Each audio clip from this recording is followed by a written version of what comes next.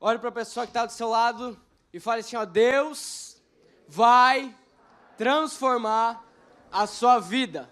Olhe para a pessoa que está do outro lado e fala assim, Deus vai mudar a sua história hoje. Amém? Fala assim, ó, você crê, irmão? Faz uma cara de profeta, assim, ó. Não é a cara de profeta, não é uma cara de brabo, né? Glória a Deus, abra a sua Bíblia lá em Lucas capítulo 19, versículo 11. Gosto muito do livro de Lucas, em especial Lucas, né? Lucas capítulo 19, versículo de número 11, diz assim. Quantos aqui acharam? Diga amém. Se não achou, diga misericórdia. Vamos orar pela sua vida. A multidão estava atenta ao que Jesus dizia. Então, como ele se aproximava de Jerusalém, contou-lhes uma parábola. Repita comigo, uma parábola. Pois o povo achava que o reino de Deus começaria de imediato.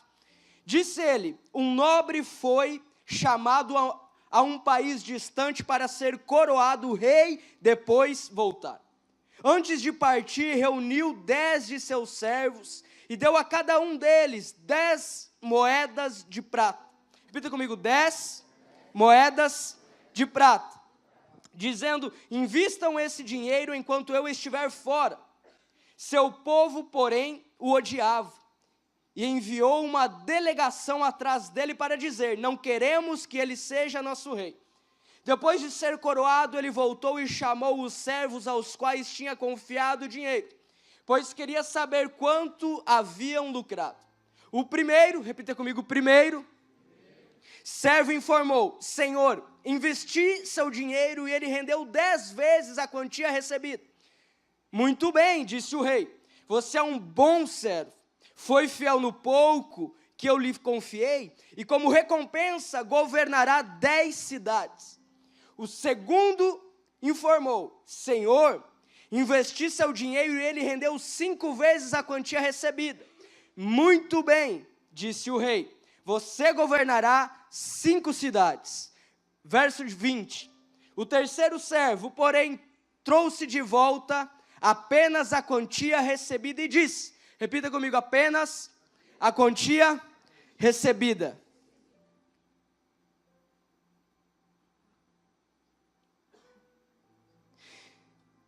Se você, vamos lá, tive medo, pois o Senhor é um homem severo. Toma o que não lhe pertence e colhe o que não plantou. Servo mau, clamou o Senhor. Suas próprias palavras o condenam. Se você sabia que sou homem severo, que toma o que não pertence e colhe o que não plantei, por que não depositou o meu dinheiro? Pelo menos eu teria recebido os juros. Vamos orar. Ore para que o seu coração e a sua cabeça, a sua mente ela esteja aberta essa noite para receber tudo aquilo que Deus tem para a sua vida. Eu creio que essa noite não é uma simples noite, gente. Eu creio onde Deus ele separou esse dia, ele separou esse horário para mudar a sua história. Eu creio que ele separou esse culto para transformar o seu coração. Eu creio que ele separou esse culto para falar assim, ó, filho meu, filha minha, eu tenho um propósito para a sua vida. Eu convido você a orar nesse momento. Entregue os seus sentimentos. Fala assim, ó, Deus, eu entrego a minha vida. Eu entrego tudo aquilo que eu sou, tudo aquilo que eu tenho. E a partir desse momento, o meu coração é seu. Senhor, nós entregamos a nossa vida a Ti. Nós cremos na Sua palavra, uma palavra que nos transforma, uma palavra que é viva. E eu oro para que o Senhor venha fazer aquilo que o Senhor tem para essa noite. Aquilo que está escrito e preparado, aquilo que o Senhor planejou para as nossas vidas nesta noite de sábado. Em nome de Jesus, amém. Amém? Glória a Deus. Gente, olha só. Eu fui criado num lar evangélico. Quantos aqui foram criados num lar evangélico? Eu posso dizer que eu nasci não dentro da igreja, né? Vai sair aquela piadinha, a igreja não é um hospital, enfim. Mas eu nasci num contexto evangélico. Quantos aqui nasceram num contexto evangélico? Você nasceu dentro da igreja, né? Eu nasci nesse contexto. Só que quando eu era pequeno, quando eu era criança, eu fui ensinado pelos meus pais a ser uma criança evangélica. Quantos aqui foram ensinados a ser uma criança evangélica? Você já vai entender o que eu estou dizendo. Eu fui ensinado que, enquanto meu pai ele ia trabalhar, por exemplo, ele me deixava a Bíblia, eu tinha como tarefa ler a Bíblia à tarde. Estou falando aqui de 5, 6 anos de idade. Então eu tinha como tarefa da Bíblia. Eu confesso para vocês que isso criou um negócio no meu coração que por muitos anos foi uma luta eu conseguir ter uma constância na leitura da palavra. Porque imagina uma criança de 5, 6 anos sendo praticamente obrigada a ler a Bíblia. Então eu passava a tarde lendo, tinha que ler a Bíblia. E o detalhe, não era simplesmente ler, eu tinha que explicar para o meu pai quando ele voltasse aquilo que eu havia lido. E uma vez eu vi que quando ele lia, ele riscava. Eu falei, pai, por que você risca a Bíblia? Ele falou, é porque as partes importantes é o que eu grifo, eu risco. Então no outro dia ele me deixou aquela Bíblia dele, e o que eu fiz? Eu risquei tudo. Aí ele chegou, ele pediu, tá, mano, o que você leu aqui, o que você achou importante? Eu falei, não, a Bíblia em toda ela é importante. Foi bem profético, né? E aí eu aprendi a ser um jovem, um pequeno jovem. Você passa da criança, de ser bebê, criança, um jovem, adolescência, início da adolescência, a ser um adolescente cristão. Então eu era ensinado a ser um adolescente evangélico. Então eu fui ensinado e eu não podia assistir desenhos de luta, não podia.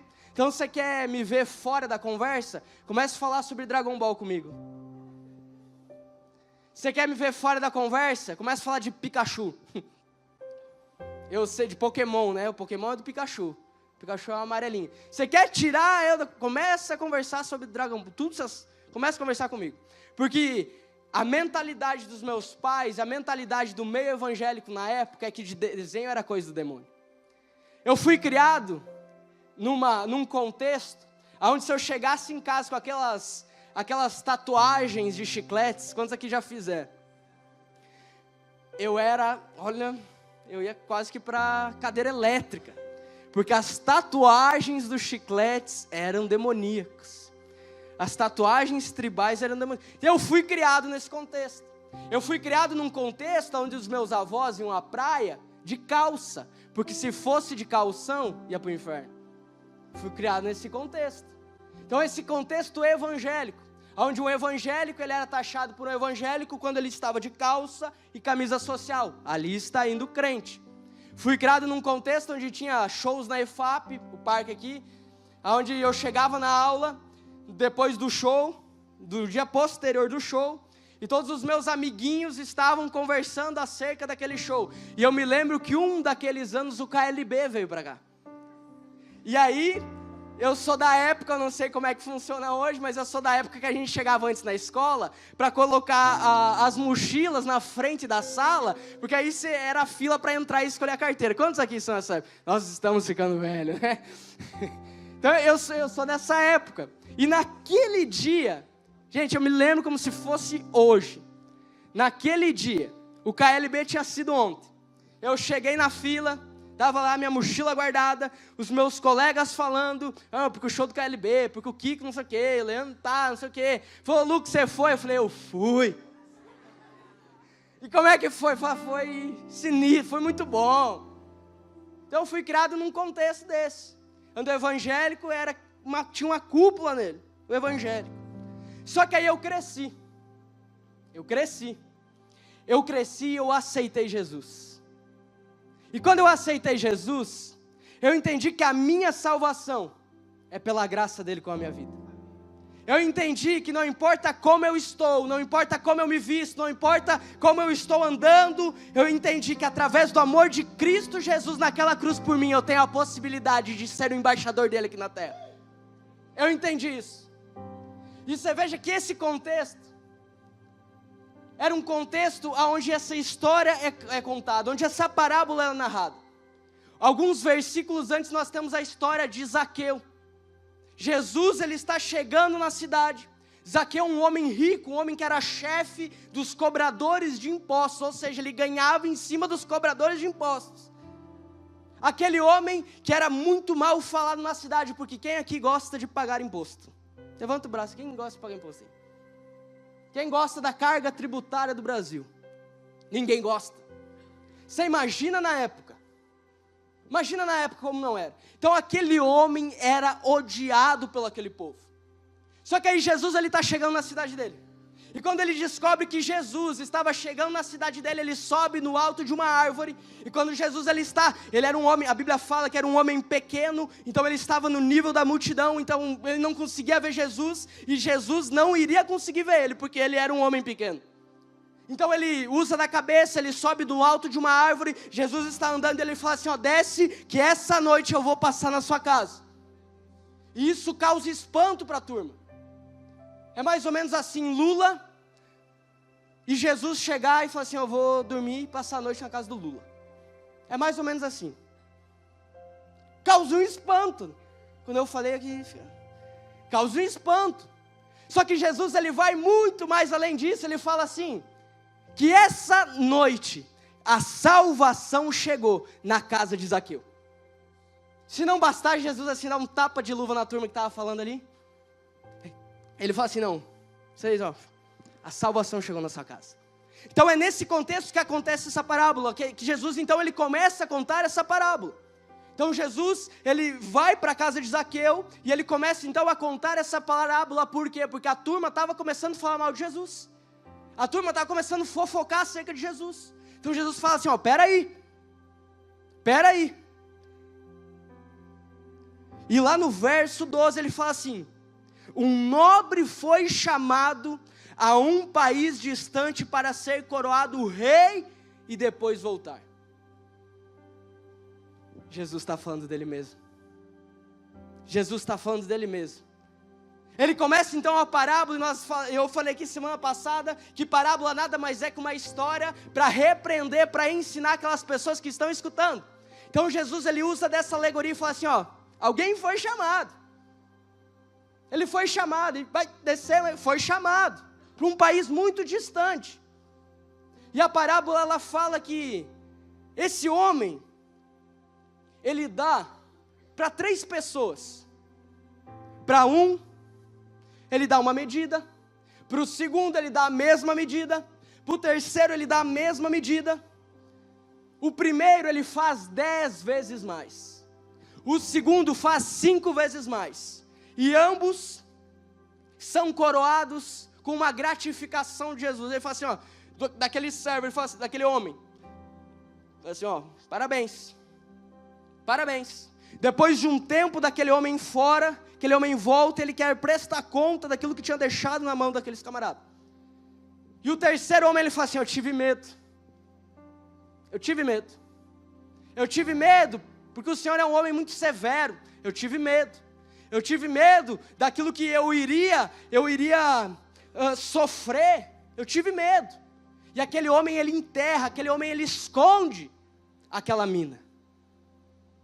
Então cada um ganhou uma mina, e aqui mina não é menina. Mina é o Evangelho.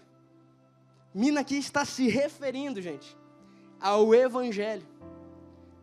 Cada um ganhou uma mina. Um fez 10, outro fez 5, mas um escondeu. A primeira coisa que nós precisamos entender essa noite é que a nossa salvação é pela graça de Deus. Amém? Glória a Deus. Você nunca se questionou? Vou trocar aqui. Você nunca se questionou o porquê e como será no céu? Por exemplo, Jesus foi crucificado, certo? Ao lado dele, quem estavam? 2 ladrões, certo? Um dos ladrões, quando ele está prestes a morrer, ele fala assim, olha, Jesus, eu aceito o Senhor. Então aquele homem, ele aceita Jesus, vai para o céu. Só que aí Abraão, considerado o pai da fé, um cara que confiou até os 50 do segundo tempo, estava prestes a sacrificar o seu filho, estava prestes a tirar a vida do seu unigênito. Será que os dois vão estar juntos no céu? Será? Como? Alguém que a vida inteira teve uma vida torta, a vida inteira o cara roubou, o cara estava sendo crucificado porque roubou, E aquele cara que foi considerado o pai da fé, que confiou até os 50 do segundo tempo em Deus? Como? Os dois vão dividir o mesmo espaço no céu? Nós temos a resposta lá em 1 Coríntios capítulo 3, eu te convido você a abrir.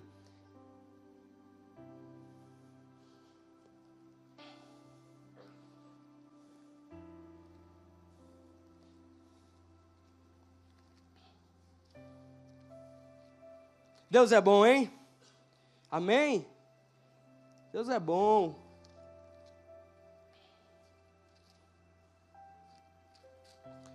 Olha para essa pessoa e fala assim, ó, preste atenção.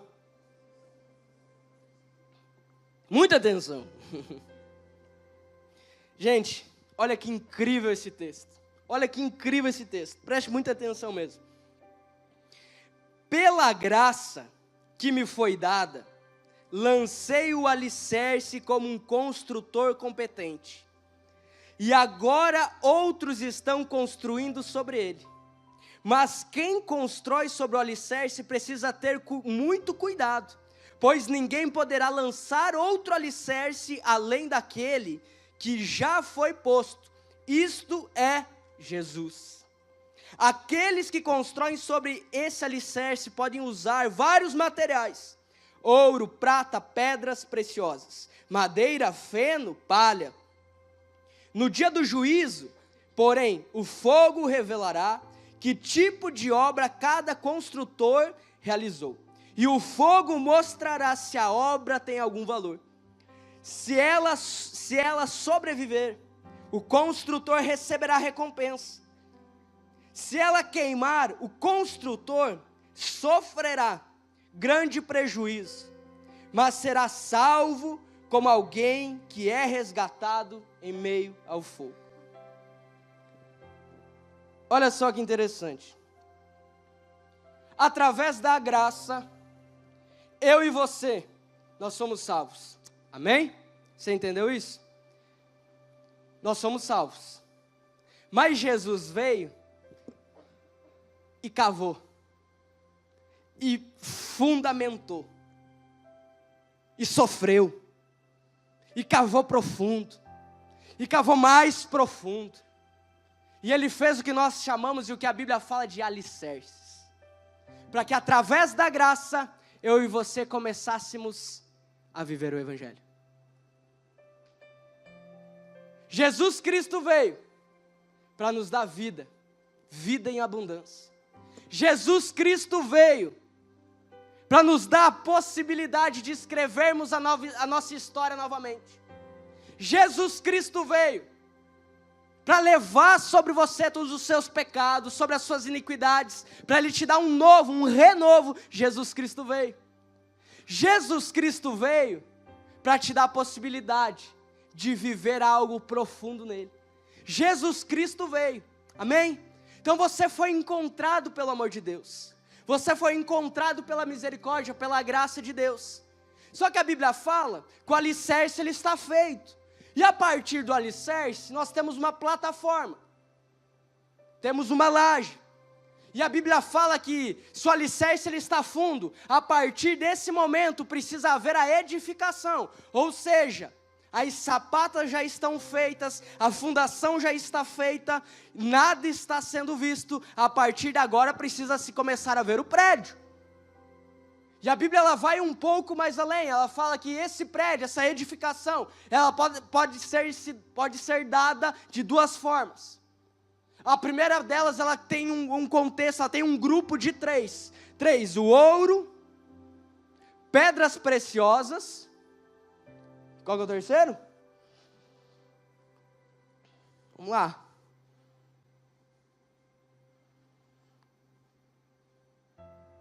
A prata.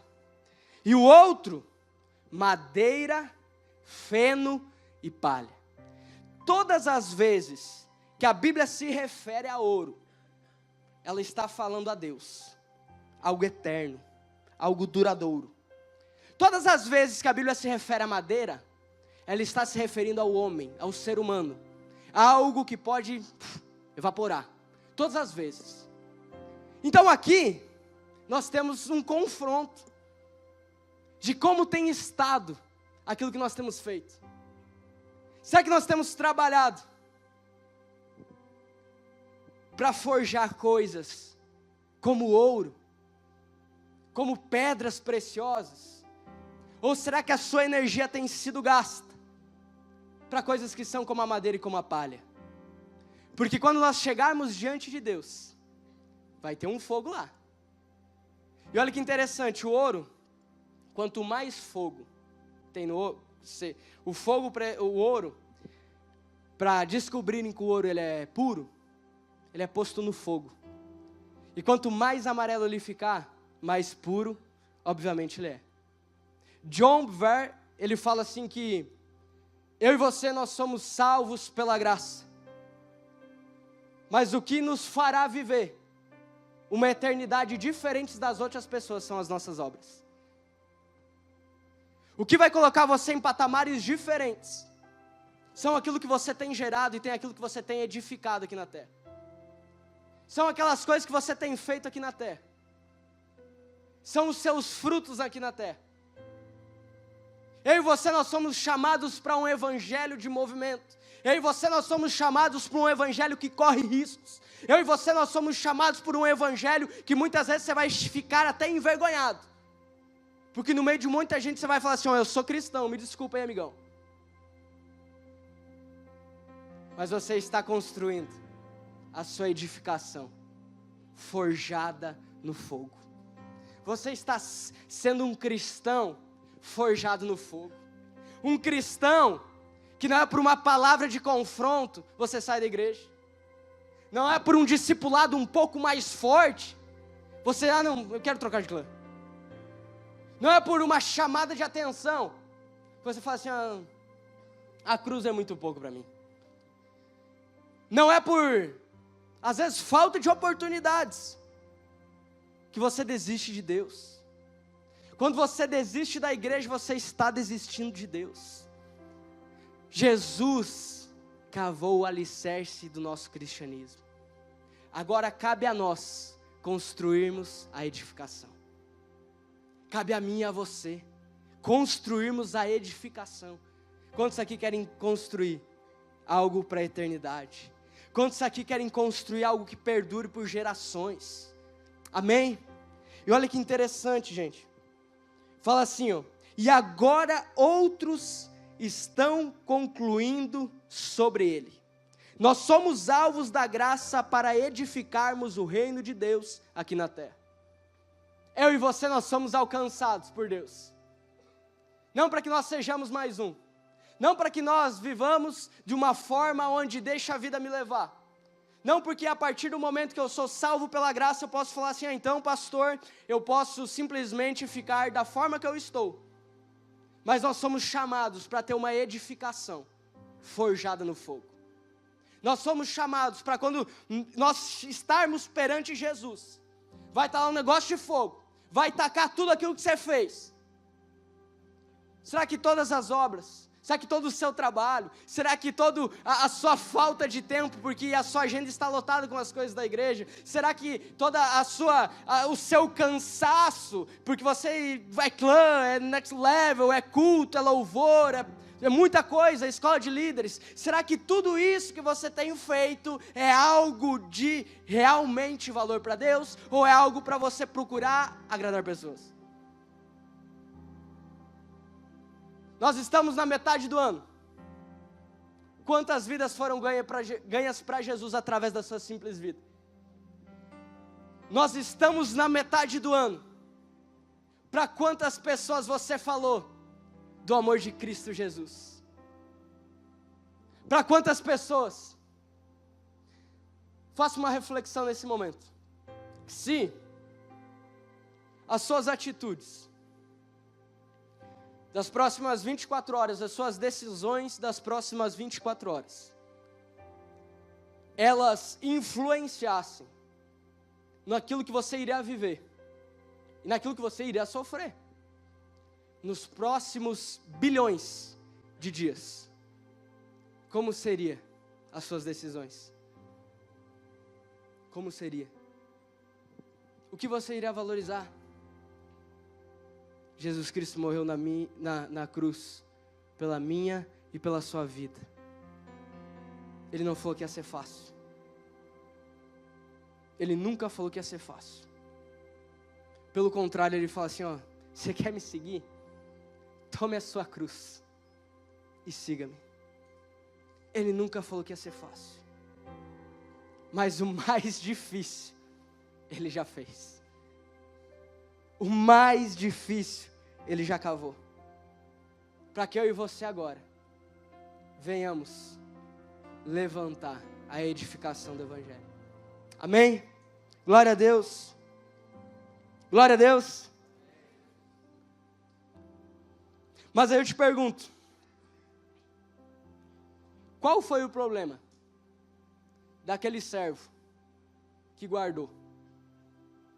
Qual foi o problema? Uma atitude nobre. Poderia muito bem não ter guardado aquela mina. Ele poderia muito bem ter deixado lá rolando aquela mina. Poderia. E quando ele guarda a mina, ele não está sujeito a perder a mina. É um ponto muito positivo. Então aquele homem ele guarda, aquele servo ele guarda. Qual é o problema? De tamanha ira daquele senhor quando ele volta.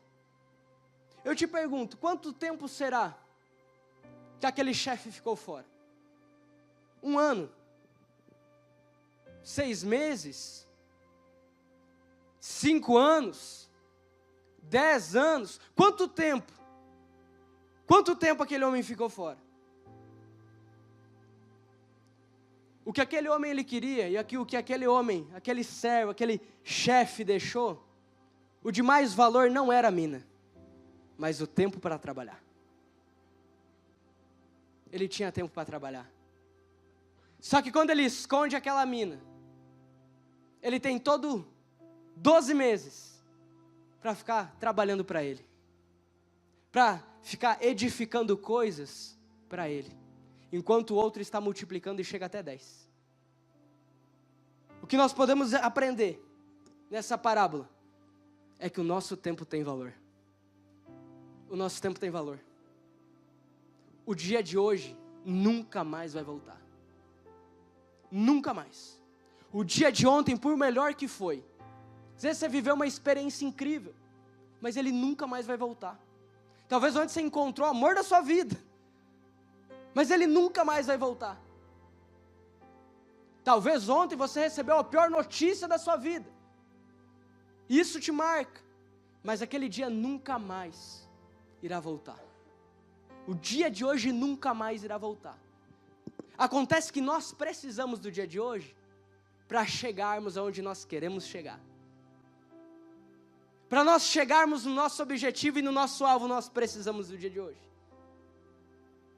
E o Senhor, a partir do momento que Jesus ele é crucificado naquela cruz, eu e você temos mina na nossa mão, que é o Evangelho. E o tempo está passando. E o chefe irá voltar. O Senhor irá voltar. E quando Ele voltar, nós falaremos assim, Deus, está aqui. Nós multiplicamos. Ou nós falaremos assim, olha, minha faculdade era só eu crente. Na minha universidade era só eu crente. No meu trabalho, nossa, eu ficava constrangido. Era só eu o crente. Na minha família eu fui o primeiro a se converter. E se eu falasse de Deus, o pau ia pegar. Mas está aqui. Eu guardei. Está aqui, ó. Como será a nossa reação quando nós estivermos diante de Deus? Como será a nossa reação? Olha que interessante, o pastor Francis Chan, ele dá um exemplo muito engraçado. Que ele pega uma barra daquelas ginástica, né? Ginástica. Pega aquela barra, aquelas barras, o cavalo. Pega o cavalo, sabe que fica dando piroleta lá nas Olimpíadas? A ginástica olímpica. Ele pega um cavalo, que o cavalo nada mais é que uma base muito fina, acho que são 20 centímetros, com uma estrutura igual do púlpito assim, e uma base de 20 centímetros. Então ele pegou uma barra daquelas aí e trouxe no meio do púlpito assim. E ele fala assim que, imagine, se numa Olimpíada, uma jovem, uma atleta, de uma seleção do mundo, porque na Olimpíada vão os melhores. Ao chegar a vez dela, ela chega e ela senta no cavalo, na barra. E ela fica sentada lá na barra. E ela tem 3 minutos para fazer a apresentação dela. E ela fica sentada, está lá sentada. E quando está prestes a acabar o tempo dela, ela se levanta. E ela cumprimenta todo mundo. E sai. Ela não caiu. Ela não caiu. Maior penalidade, ela não caiu. Qual seria a nota dessa jovem? Se ela não caiu. A questão aqui, que o mérito não está na pessoa não cair, mas está em a pessoa assumir riscos. Quantos mais riscos a adversária dela assumiu para fazer o auge da sua performance técnica, mais elevada foi a nota dela. Tem muitas pessoas pensando em problemas, pensando em circunstâncias adversas, e esquecendo que o muito melhor, o muito maior ainda está por vir. Abra sua Bíblia lá em Salmos 119. 139, me perdoe. A banda pode subir, inclusive.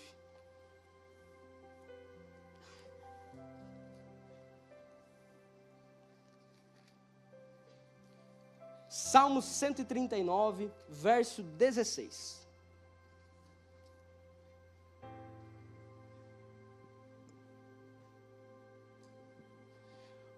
Gente, olha esse texto. Tu me viste quando eu ainda estava no ventre. Cada dia de minha vida estava registrado em teu livro. Repita comigo, em teu livro. Existe um livro, certo? Existe um livro. Cada momento foi estabelecido quando ainda nenhum deles existia. Olha isso. Cada momento já foi registrado antes daquele momento acontecer. Que loucura. Vamos exemplificar. O momento de você aceitar a Jesus Cristo, ele já estava registrado antes de você aceitá-lo. Amém? Glória a Deus. Olha que interessante. Adão e Eva foram criados. Amém? Todos os dias, quem ia conversar com Adão e Eva? Deus. Todos os dias, Deus, ele pega o plano de Adão e Eva e ele fala assim: Adão, Eva, o que eu tenho para vocês hoje, dia 9 de junho, de lá vai bolinha, é que vocês façam isso. Todos os dias, o Senhor, ele passava aquilo que estava escrito no livro de Adão e Eva. Todos os dias. Só que Adão e Eva pecaram. E a partir do momento que Adão e Eva pecaram, eles começaram a escrever um outro livro, paralelo àquele livro que estava escrito pelo Senhor. Então eles começaram a escrever um livro através das suas atitudes, através da sua vivência. E a Bíblia fala que por anos a presença do Senhor se retirou. Então foram anos, Adão e Eva, e gerações vivendo de acordo com aquilo que eles julgavam ser o melhor. Amém? Apocalipse, agora eu peguei pesado. Apocalipse 20, você está entendendo? Está entendendo? Muito importante que você entenda. Apocalipse capítulo 20, verso 12.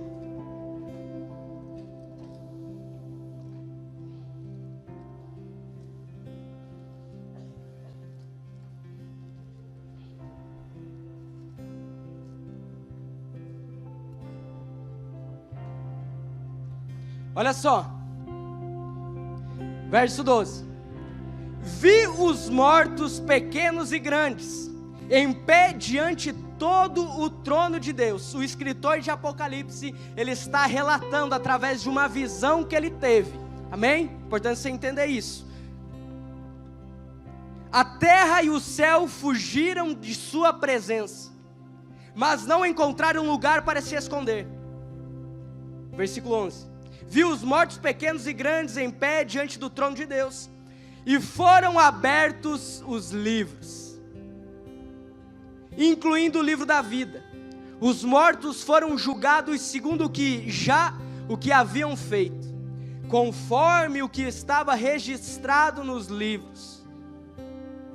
O mar entregou os seus mortos, e a morte e o mundo nos mortos também entregaram os seus mortos.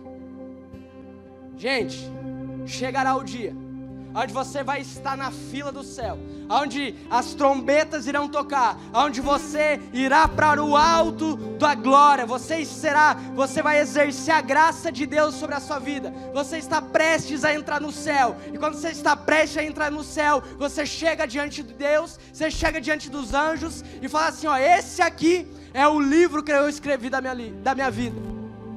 E quando você fala isso, ele vai falar, beleza, e esse aqui é o que eu tenho escrito para você. Agora nós vamos confrontar e ver se lá no dia 9 de junho de 2018 você viveu aquilo que eu escrevi para a sua vida. E sabe como que vai ser esse confronto? No fogo. Vai lá, puf, no fogo. E vai prevalecer aquilo que for precioso, aquilo que for o ouro, aquilo que forem pedras preciosas, aquilo que for madeira, aquilo que você fez com a motivação errada, aquilo que você fez que não era guiado por Deus, aquilo vai pegar fogo. O problema vai ser se as suas obras até aqui têm sido muito mais madeira do que ouro.